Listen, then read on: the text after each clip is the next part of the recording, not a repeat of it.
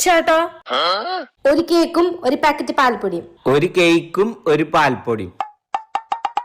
എത്ര ചേട്ടാ?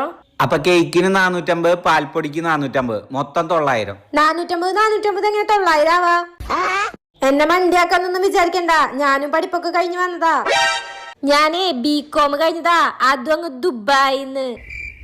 ആ പാനും പേപ്പർ ഇങ്ങതാ, ഞാൻ കാണിച്ചത് എങ്ങനെ കണക്ക് കൂട്ടണ്ടേന്ന്. എന്നാ പാനും പേപ്പറും നിങ്ങൾ തന്നെ കണക്ക് കൂട്ടിയിട്ട് പറ എത്രയാവുന്ന്.